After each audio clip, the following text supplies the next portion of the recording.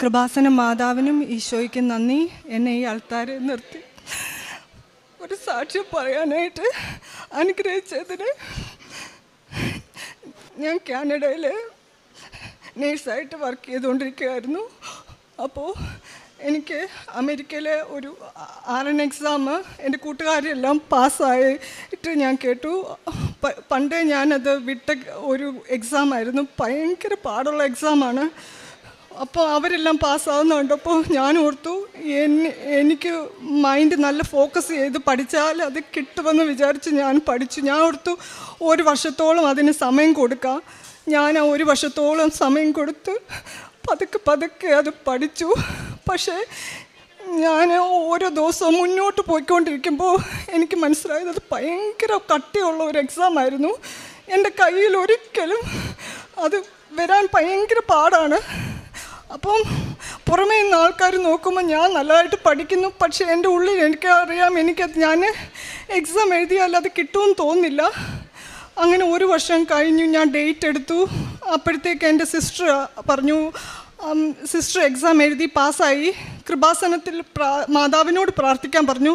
ഞാൻ പറഞ്ഞു പ്രാർത്ഥിക്കാമെന്ന് പറഞ്ഞിട്ട് എക്സാമും ഡേറ്റ് എടുത്ത് ഞാൻ പോയി എക്സാം എഴുതിയപ്പോഴത്തേക്ക് എനിക്കൊന്നും മനസ്സിലായി, ഇതുപോലെ കട്ടിയുള്ളൊരു എക്സാം എൻ്റെ ജീവിതത്തിൽ ഉണ്ടായിട്ടില്ല. ഞാൻ ആ എക്സാം എഴുതി ഞാൻ കഴിഞ്ഞ് വീട്ടിലോട്ട് വന്ന് ജീസസിൻ്റെ പിക്ചറിന് മുമ്പിൽ നിന്ന് കരഞ്ഞു പറഞ്ഞു, ഞാൻ നിങ്ങളെയൊക്കെ വിശ്വസിച്ചിട്ടില്ലേ എന്ന് പറഞ്ഞു എൻ്റെ പുസ്തകം വലിച്ചെറിഞ്ഞു. എന്നിട്ട് ഞാൻ കരഞ്ഞു. അപ്പോഴത്തേക്ക് എൻ്റെ ചുറ്റും മാതാവിൻ്റെ വലിയ ഒരു സുഗന്ധം, ഭയങ്കര സ്മെല്ല് എൻ്റെ ചുറ്റും നിറഞ്ഞു. അപ്പോഴത്തേക്ക് എനിക്ക് മനസ്സിലായി അമ്മ വന്നു എന്ന് മനസ്സിലായി. അത് കഴിഞ്ഞിട്ട് ഓരോ ദിവസവും പിന്നെ മുന്നോട്ട് ഞാൻ എങ്ങനെ ജീവിക്കേണ്ടതെന്നുള്ള കാര്യങ്ങൾ എൻ്റെ അമ്മ ഓരോ ദിവസവും സാക്ഷ്യത്തിലൂടെയും ധ്യാനത്തിലൂടെയും പറഞ്ഞു തന്നു. ഞാൻ അമ്മ പറഞ്ഞ പോലെ എല്ലാം ചെയ്തു. സത്യം പറഞ്ഞാൽ പിന്നെ ഞാൻ പഠിച്ചിട്ടില്ല. ആ 3 മാസം പിന്നെ ഞാനുള്ളത് അമ്മയുടെ പിക്ചറിന് മുമ്പിൽ ഇരുന്ന് പഠിക്കാനായിട്ട് ബുക്ക് എടുത്തുകൊണ്ട് പോകും, പക്ഷേ ഞാൻ പഠിച്ചിട്ടേ ഇല്ല. അമ്മയുടെ പിക്ചറിന് മുമ്പ് ഇരിക്കുമ്പോൾ അമ്മയുടെ നിയന്ത്രണത്തിലായിരുന്നു ഞാൻ എന്താണ് ചെയ്യേണ്ടത്, എന്താണ് പ്രവർത്തിക്കേണ്ടതെന്നെല്ലാം എൻ്റെ അമ്മ എനിക്ക് സാക്ഷ്യത്തിലൂടെ പറഞ്ഞു തന്നു. ചിലപ്പോൾ ഞാൻ വേറെ എന്തെങ്കിലും ഒരു പ്രാർത്ഥന അത് അമ്മ വിചാരിക്കുന്ന കാര്യമല്ലെങ്കിൽ എൻ്റെ ഫോണിലെ ആ ചാനൽ പോലും മാറ്റിത്തരും. അതുപോലെ അമ്മയുടെ വലിയ സാന്നിധ്യം എൻ്റെ കൂടെ ഉണ്ടായിരുന്നു. എന്നിട്ട് അങ്ങനെ 3 മാസത്തോളം വലിയ പ്രാർത്ഥനയിൽ തന്നെ ഞാൻ നടന്നു. പുസ്തകം തുറന്ന് നോക്കിയിട്ടില്ല, കാരണം ഞാൻ ഒരു വർഷത്തോളം പഠിച്ചു. അത് കഴിഞ്ഞ് ഞാൻ ആദ്യമേ അമ്മയുടെ അടുത്ത് പറഞ്ഞു, അമ്മ എനിക്കിനി പഠിക്കാനേ വയ്യ, കാരണം എൻ്റെ തലയങ്ങ് പെരുക്കുക എന്ന് പറഞ്ഞു. അത് കഴിഞ്ഞിട്ട് ഞാൻ ഒരു ദിവസം 3 മാസത്തോളം പ്രാർത്ഥനയെ കഴിഞ്ഞ് ഞാനൊരു ദിവസം ഡേറ്റ് എടുത്ത് കഴിഞ്ഞിട്ട് അത് കഴിഞ്ഞ് ഞാൻ ഓർത്തു, എൻ്റെ ദൈവമേ, ഈ മാതാവിന് എൻ്റെ ഡേറ്റ് വല്ലതും അറിയാവോ, ഞാൻ ഈ എടുത്ത ഡേറ്റ് അറിയാവോ എന്ന് ഞാനിങ്ങനെ മനസ്സിൽ വിചാരിക്കുകയും ഞാൻ പെട്ടെന്നൊരു മയക്കത്തിലേക്ക് വീഴുകയും ചെയ്തു. അപ്പോഴത്തേക്ക് ഞാനൊരു ദർശനം കാണുകയാണ്, ഫുള്ള് മഞ്ഞ വെളിച്ചം. ആ മഞ്ഞ വെളിച്ചത്ത് എൻ്റെ സിസ്റ്റർ എൻ്റെ ചെവി വന്ന് പറയുകയാണ്, 7% അകലെ നീ എക്സാം എഴുതിക്കോളാൻ. അപ്പോൾ 7% അകലെ എഴുതാൻ അങ്ങനെ പറഞ്ഞപ്പോൾ ഞാൻ ഓർത്തു, എൻ്റെ അമ്മേ, ഇങ്ങനൊന്നും ദർശനം തരരുത്, ബൈബിൾ ഉപമ പോലും എന്താണെന്ന് ശരിക്കും എനിക്ക് മനസ്സിലായിട്ടില്ല. അതുപോലെ 7% അകലെ എന്നൊക്കെ പറഞ്ഞ് ഞാൻ എങ്ങനെയാണ് മനസ്സിലാക്കുന്നതെന്ന് ചോദിച്ചു. അത് കഴിഞ്ഞ് 7% അകലെ എക്സാം എഴുതാൻ പറഞ്ഞു. ആ ദർശനത്തിൻ്റെ കണ്ടിന്യൂവേഷനിൽ എൻ്റെ ഹസ്ബൻഡ് എന്നോട് പറയുകയാണ്, എടി നിൻ്റെ സിസ്റ്റർ പറഞ്ഞു 7% അകലെ എക്സാം എഴുതാൻ. അപ്പോൾ ഞാൻ പറഞ്ഞു, ഇതെന്തുവാ, ഇതെന്നാ ദർശനമാ എന്ന് പറഞ്ഞ് ഞാൻ വിഷമിച്ച് അവിടെ ഇരുന്നു. പിന്നെ ഞാൻ രാവിലെ ആകുമ്പോൾ എൻ്റെ ഹസ്ബൻഡിനോട് പറഞ്ഞു, ഇങ്ങനെ ഞാനൊരു ദർശനം കണ്ടു, എന്താണ് ഇതിനകത്തൊന്നും മനസ്സിലാക്കുന്നത്, എനിക്കൊന്നും മനസ്സിലായില്ലല്ലോ. അപ്പോൾ എൻ്റെ ഹസ്ബൻഡ് പറയും, നീ എക്സാം എഴുതാൻ പോകാൻ വേണ്ടിയാ പറയുന്നെന്ന് പറഞ്ഞു. അപ്പോഴാണ് ഞാൻ വിചാരിച്ചത്, എൻ്റെ അമ്മയ്ക്ക് എൻ്റെ എക്സാമിനെ പറ്റിയുള്ള വിവരം പോലും അറിയാം, ഞാൻ എടുത്ത ഡേറ്റ് അറിയാം, ഞാൻ നടന്ന വഴികൾ അറിയാം, എക്സാം ഡേറ്റ് എടുത്തെന്ന് അമ്മയ്ക്ക് മനസ്സിലായി.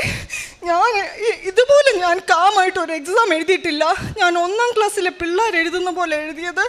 ഞാൻ ഓരോ ക്വസ്റ്റ്യനും എൻ്റെ കൈകൾ വിരിച്ച് ആ മോണിറ്ററിന് മേൽ കൈകൾ വിരിച്ച് ഞാൻ ഉയർത്തി, കൃപാസന മാതാവിൻ്റെ സാക്ഷിയായി യേശുവിൻ്റെ നാമത്തിൽ എന്നെ ഉയർത്തണേ എന്ന് ഞാൻ പ്രാർത്ഥിച്ചുകൊണ്ടിരുന്നു. 85 ക്വസ്റ്റ്യൻ ആയപ്പോഴത്തേക്ക് ഞാൻ പറഞ്ഞു, എൻ്റെ അമ്മേ മതി കേട്ടോ, ഈ എക്സാം മതി, ഇത് എനിക്ക് തലയ്ക്ക് പെരുക്കുന്നെന്ന് പറഞ്ഞു. അപ്പോഴത്തേക്ക് സുഗന്ധം വീണ്ടും വന്നു. എൻ്റെ മോണിറ്റർ ഷട്ട് ഡൗൺ ആയി. പിന്നെ അതിൻ്റെ എക്സാം റിസൾട്ട് ഞാൻ എൻ്റെ ജന്മദിനത്തിന് തന്നെ അമ്മ സമ്മാനമായിട്ട് തന്നു. പാസ്സായി. പിന്നെ അതിൻ്റെ എല്ലാ പേപ്പർ വർക്ക്സ് എല്ലാം എൻ്റെ അമ്മ ഉടൻ തന്നെ എല്ലാം ശരിയാക്കി തന്നു. ഇതാണ് എൻ്റെ ഏറ്റവും വലിയ സാക്ഷ്യം. ഞാൻ കാനഡയിൽ ജോസഫച്ചൻ വന്നപ്പോഴത്തേക്ക് ഞാനൊരു വിഷമം എന്തോ പറയാൻ വേണ്ടി അച്ഛൻ്റെ മുമ്പിൽ വന്നപ്പോഴത്തേക്ക് അച്ഛൻ എന്നോട് പറഞ്ഞു, നീ സാക്ഷ്യം പറയുമോ എന്ന് ചോദിക്കുകയും ചെയ്തു. അപ്പോഴാണ് ഞാൻ ഓർത്ത, കർത്താവേ, ഇതെൻ്റെ ഏറ്റവും വലിയ സാക്ഷ്യമാണ്. എൻ്റെ മാതാവിന് എന്നോടുള്ള സ്നേഹം, മാതാവിനെ നമ്മളെല്ലാവരെയും ഒത്തിരി സ്നേഹിക്കുന്നു, ആകുലതയോട് നമ്മുടെ പുറകെ നടക്കുന്നു എന്നുള്ള ഒരു അറിവ് എനിക്ക് എൻ്റെ ഈ എക്സ്പീരിയൻസിൽ നിന്നാണ് എനിക്ക് കിട്ടിയത്.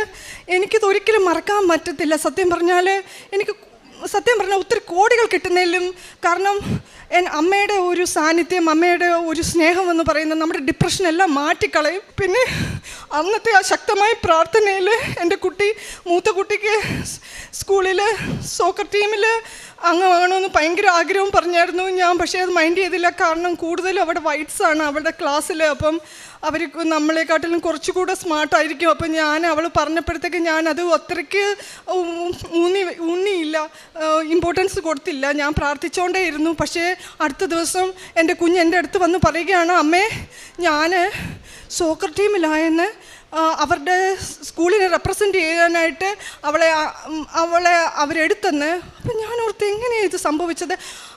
അപ്പോൾ അവൾ പറയുകയാണ്, അമ്മേ, ഞാൻ കാരണം അവർക്ക് പോയിൻറ്റ്സ് കിട്ടി, അത് കാരണം അവളെ ആ സോക്കർ ടീമിൽ എടുത്തെന്ന്. അപ്പം ഇതെല്ലാം എൻ്റെ അമ്മയോടുള്ള മധ്യസ്ഥ പ്രാർത്ഥനയിൽ സാധിച്ചതാണ്. പിന്നെ എൻ്റെ ഹസ്ബൻഡ് ബിസിനസ് ആവശ്യത്തിനായി 2 ട്രെയിലർ എടുത്തായിരുന്നു. അത് ശരിക്കും പറഞ്ഞാൽ അത് വിചാരിച്ചതുപോലെ അത് തുടക്കത്തിൽ അത് നടന്നില്ല. അപ്പോഴത്തേക്ക് അത് ഞങ്ങളുടെ കയ്യിൽ നിന്നായിരുന്നു പൈസ ഞങ്ങൾ അടച്ചുകൊണ്ടിരുന്നത്. പിന്നെ അപ്പം മാതാവിൻ്റെ ഉപ്പിട്ട് പ്രാർത്ഥിച്ചപ്പോൾ ഒരു ശക്തമായ ഒരു പ്രകാശം ഞാൻ ആ പ്രാർത്ഥനയിൽ കണ്ടു. അപ്പോഴേക്ക് എനിക്ക് മനസ്സിലായി, മാതാവ് അതും ഏറ്റെടുത്തു, ദൈവം വന്നു എന്ന് മനസ്സിലായി. അടുത്ത ദിവസം തന്നെ ആ 2 ട്രെയിലേഴ്സും വാടകയ്ക്ക് അവരെടുത്തു. ലൈറ്റ് അയക്കാൻ്റെ റിക്വസ്റ്റ് ഇട്ടാണ് ഞാൻ ഈ എക്സാം എല്ലാം പാസ്സായതും ഇതെല്ലാം ചെയ്തത്. പക്ഷേ എനിക്ക് ദർശനത്തിലൂടെ മാതാവ് ഉടമ്പടിയിൽ എങ്ങനെയാണ് ചെയ്യേണ്ടതെന്ന് ഓരോന്നോരോന്ന് കാണിച്ച്, ഓരോന്ന് കൊച്ചു പിള്ളേരെ ചെയ്യിപ്പിക്കുന്ന പോലെ എന്നെ ഓരോ കാര്യവും ചെയ്യിപ്പിച്ചായിരുന്നു. അങ്ങനെയാണ് ഞാനിതെല്ലാം എനിക്ക് അമ്മ സാധിച്ചു തന്നത്. എല്ലാം ഒരുമിച്ചല്ല അമ്മ എനിക്ക് കാണിച്ചത്. കാരണം എനിക്കെല്ലാം കൂടെ കാണുമ്പോഴത്തേക്ക് അയ്യോ ഇത് ഭയങ്കര ഭാരമാവുമല്ലോ എന്നുള്ള ഒരു ചിന്ത എനിക്കുണ്ടാവുമല്ലോ എന്ന് കരുതി അമ്മ എന്നെ കുഞ്ഞുങ്ങളെ പോലെ ഓരോ ദർശനം കാണിക്കും. ഒരു ദിവസം ഞാൻ കണ്ട ദർശനം എന്ന് പറയുന്നത് ഒരു മഞ്ഞ വെളിച്ചത്തിന് ചുറ്റും ഒരു മഞ്ഞ വട്ടത്തിലുള്ളൊരു മഞ്ഞ വെളിച്ചം, അതിന് നടുക്ക് കരിഞ്ഞിരിക്കുന്നു. അപ്പം ഞാൻ ഓർത്ത് ഇതെന്തുവാന്ന്. പിന്നെ ധ്യാനത്തിൽ ഞാൻ കണ്ടതാണ് ഈ അൾത്താരയിൽ ഇവിടെ ബൈബിള് ഇവിടെയുണ്ട്. അത് നിങ്ങൾക്ക് കാണാം. അത് മഞ്ഞ വെളിച്ചത്തിലാണ് ആ നടുക്ക് ബൈബിൾ, അതാണ് കരിഞ്ഞിരിക്കുന്നത്. കാരണം അതായത് ബൈബിൾ വായനയില്ല എന്ന് എന്നെ കാണിച്ചു തന്ന എൻ്റെ അമ്മ. അങ്ങനെ ഓരോന്നോരോന്നും പടിപടിയായിട്ട് എന്നെ കൊണ്ട് അമ്മ ചെയ്യിപ്പിച്ചു. ഞാൻ കൃപാസനം പത്രം പ്രിൻ്റ് എടുത്തെല്ലാം കൊടുത്തു. അവിടെയുള്ള എൻ്റെ ഇടവകയിലുള്ള അംഗങ്ങൾക്ക്. അങ്ങനെയൊക്കെ ഓരോരോ കാര്യങ്ങൾ അമ്മ ചെയ്തു. അമ്മ ചെയ്യിപ്പിച്ച് എന്നെ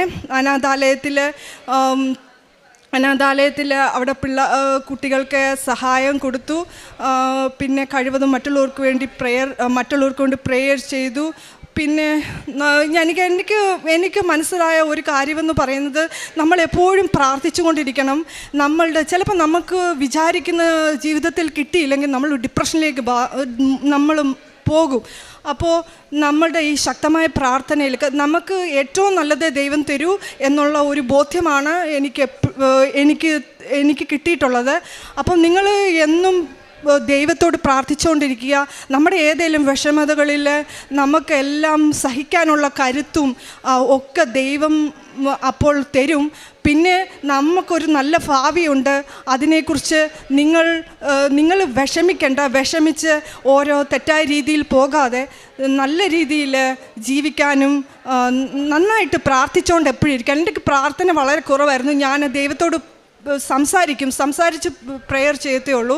അല്ലാതെ ഞാൻ എന്നും അങ്ങനെ പ്രാർത്ഥിക്കുന്ന ഒരു വ്യക്തിയല്ല. പക്ഷേ ഞാൻ അത് കഴിഞ്ഞിട്ട് ഞങ്ങളുടെ കുടുംബ പ്രാർത്ഥനയൊക്കെ ഒത്തിരി കുറച്ചും കൂടെ നന്നായി.